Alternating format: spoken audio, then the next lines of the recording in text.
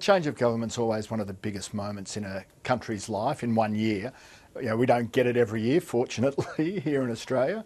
And for a government to change peacefully, there is the moment that indicates that change of government. And for my money, it's always that moment when the Prime Minister, the new Prime Minister, greets the crowd, the adoring fans at the party headquarters, and accepts victory, having taken the phone call from the previous Prime Minister or the opposition leader. And on this night, it was pretty crazy. The Prime Minister had jumped off the stage before his family had joined him. The photographers were all waiting for this moment. It never seemed going to come. And then he got back on stage, and just as he was about to acknowledge his family and the crowd, there was a photo bomber who came in, and he was taken away by the police. But this is the moment that in 10 years' time, when people look back on Tony Abbott's Prime Ministership, this is when they will imagine its beginning. Because that's the thing, as you mentioned, there are so many photographs taken around this individual photograph that people have selected that one image. Yes, it's the one image really that I think the hand raised, the smiling faces, it becomes the moment that you remember for all the fuss of the campaigns.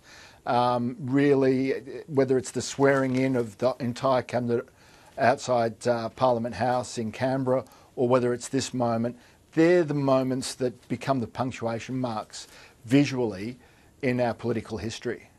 And the next image we're going to have a look at, it's Fremantle coach Ross Lyon walking through a pack of media and fans at Perth Airport as the Dockers depart for their first ever AFL Grand Final. It didn't go all their way, but it's a really striking image.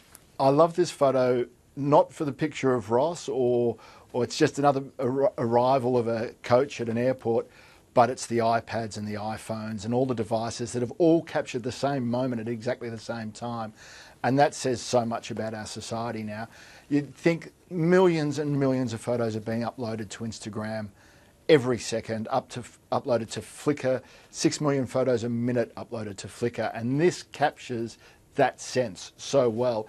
In the madness of a grand final week, which in the southern states we understand that, in northern states it's like an NRL grand final, the focus of attention are on the players and the coaches, and this sums that up so beautifully. There's a lot of argument that photography is dead. For my money, this photo proves that photography is undergoing a renaissance that we can't describe it. We can't really get a handle on it, but photography is having a renaissance that could never have been imagined before phone cameras. Exactly, because it's so easy for everyone now to become a photographer. Even the next shot, we've got photos of anything pop up. You've got emus walking across a main road in Longreach alongside a ute. People are just able to capture those moments. Look, these photos that are online at abc.net.au, that a lot of them have been curated by Nick McBean, our ABC photo editor.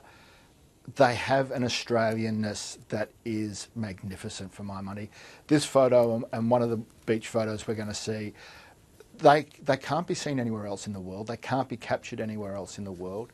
And to be able to bring together in one gallery this unique Australianness is fantastic. And we don't see this in Sydney or Melbourne very often, but it's a stunning photo. I don't know who gets right of way at the roundabout, whether it's the ute or the emus, but it's just one of those moments. And you're right, people no longer have to be ready to capture the photo because they've got the camera in their hand. Quite often they're talking into it, but it doesn't take much to be on the spot to capture the moment. And you mentioned that other one that we were going to see that really sums up summer, and that's a whole lot of mates on a wave near Wollongong. Yeah, look, and again, I love the way Australians have photographed each other for centuries. Since Max Dupayne's Sunbather in the 1930s, through to this photo from Wollongong, there's something about an Australian summer that creates images, again, that you don't see anywhere else, but they are about the beach, they're about cricket, they're about backyard cricket, they're about mates on the beach or in the surf. A lot of them don't get to the surf more than 2 or 3 times a year, and it's at this time of year they do get there. And this image captures it all and sums it all up beautifully. It's got the mateship, it's got the waves, it's got that sense of adventure that we all look back on our childhood, and January is a sense of adventure for us young Australians.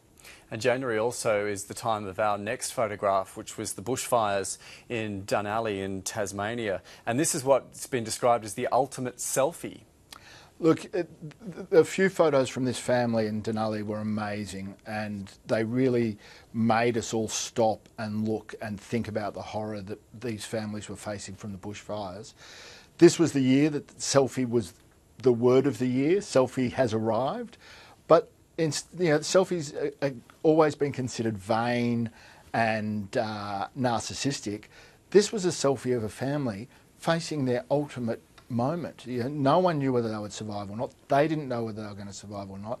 They had the presence of mind to take the photo, and the intent of the photo was to show the rest of their family that they were sheltering in water and had a good chance, or a better chance than if they weren't in the water, of surviving. So all of a sudden the selfie has risen to a completely new level, and it's a form of communication to try and allay the fears of other family members. But it certainly captured the horror of Denali in a way that no one else was able to do. And from fires to floods, this next one, you can't really sort of say much about it, can you? Some cattle on a veranda. No, there are no words necessary. All they need is a barbecue and a stubby holder, and it could be any They might be on the barbecue soon. Exactly. No, it's an amazing photo. I'd love to know, and I don't know, did the cows get up there by themselves, or did some family members herd them up there? But it's, again, it's that Australianness, the January. In the north, it's floods and storms and cyclones. In the south, it's bushfires and beaches, if you're lucky enough. But this photo is just gorgeous for my money. You need a photo in every year-ender. You need a photo that can make you laugh, and this one does it for me. And you talk about the story behind the photo. The next one really just sums up that whole story behind the photo, with firefighters playing cricket in the Blue Mountains. Well, I am happy to finish with one of my own photos as well.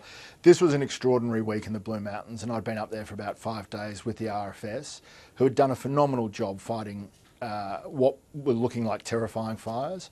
The risk on the Wednesday of a mega fire was very high. There was a good chance that the 2 fires would join into a mega fire. The RFS the night before had undertaken an enormously high risk backburning operation to try and nullify the front. There was no way they'd know whether that was successful or not until the Wednesday had passed, and the Wednesday was predicted to be catastrophic. And at 5 o'clock on the Wednesday, after helicopters had been water bombing all day and crews on the ground were controlling the fires, the RFS headquarters downgraded the threat from extreme just to a general watch and act. And straight away the Warramoo Brigade grabbed their cricket bat off the truck, because every RFS truck has a cricket bat on it, and they started this game of cricket in the backyard of the Norman Lindsay's house in Falconbridge in the Blue Mountains. And it was just a beautiful moment. And it was a great celebration of what they'd achieved, and I was lucky enough to be there in the backyard with them and get that photo. And that photo really shows the power of photography. We were able to auction it through 702, through our listeners at 702 in Sydney, and raised $29,000 for the bushfire relief appeal, and that was fantastic. The fact that all Sydney-siders pitched in and bid high to buy those 5 canvases just to help out the folks in the Blue Mountains was a wonderful way for us to end that bushfire period, which was months earlier than it really should have been.